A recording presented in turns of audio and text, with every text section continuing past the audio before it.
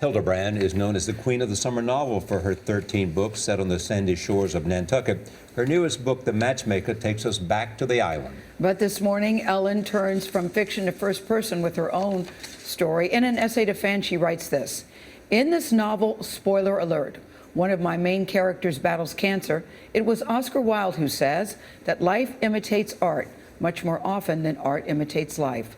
A month before the publication date of The Matchmaker, I discovered that I am also entering this battle. I've been diagnosed with breast cancer." We welcome Elin Hilderbrand to the Studio 57 today at the table. And first, let me thank you, Elin, for sharing such a painful and personal story. I was up late reading your book, and I have so many questions for you this morning. One of your characters is diagnosed with cancer, and this was clearly written before your own diagnosis. So what were you thinking when you were writing for Dabney? Well, I've written 13 novels, and with every character, I try and put myself in their shoes. And it's easier with some characters than with others.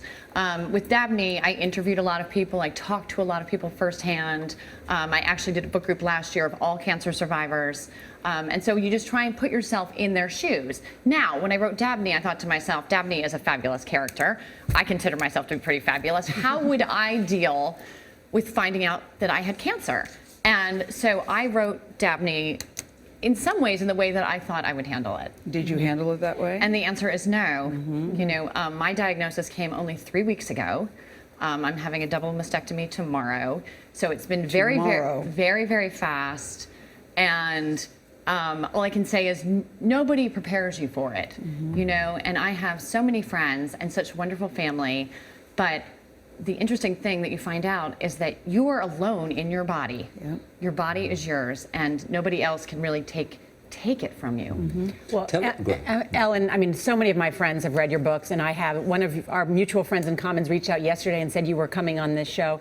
I mean, what has this changed for you? This is just 3 weeks ago that you got this diagnosis. It's really put a lot of things in perspective. I mean, it turns you into an existential thinker. What happens next, right? And I do deal with that in The Matchmaker. When my character finds out she has cancer, we're all thinking, nobody knows, right? Nobody knows. Yeah. And I can remember being a writing student and my professor, Frank Conroy, saying, writers write because they're afraid of death. And I thought, oh, not me. Yes. But today, you know, yes. I mean, it definitely, I love my life. I love everything about it, and so to think about it, you know, coming to an end is very scary. If she had pancreatic cancer and you have breast cancer. Exactly right. If you were rewriting her today, how would she be different?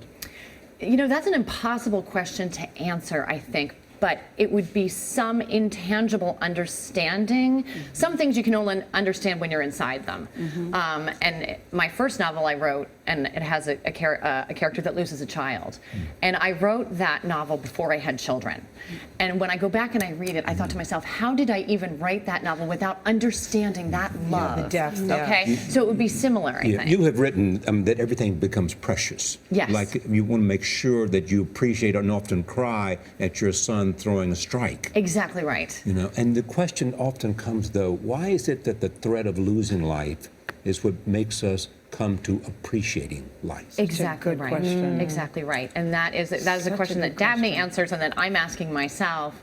I have 3 children, and Hashtag Mama Strong. hashtag Mama Strong. My 8-year-old daughter invented it. She goes like this. Hashtag Mama Strong.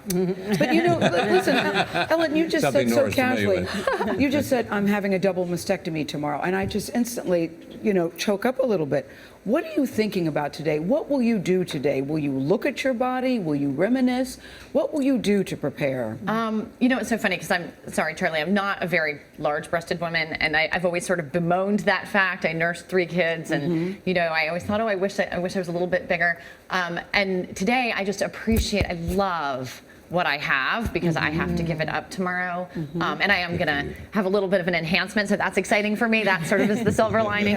But it is hard to give up a part of your body. It's hard to think about, I mean, I'm certainly not the first woman to have breast cancer, to think about something invading your body that you didn't know was there.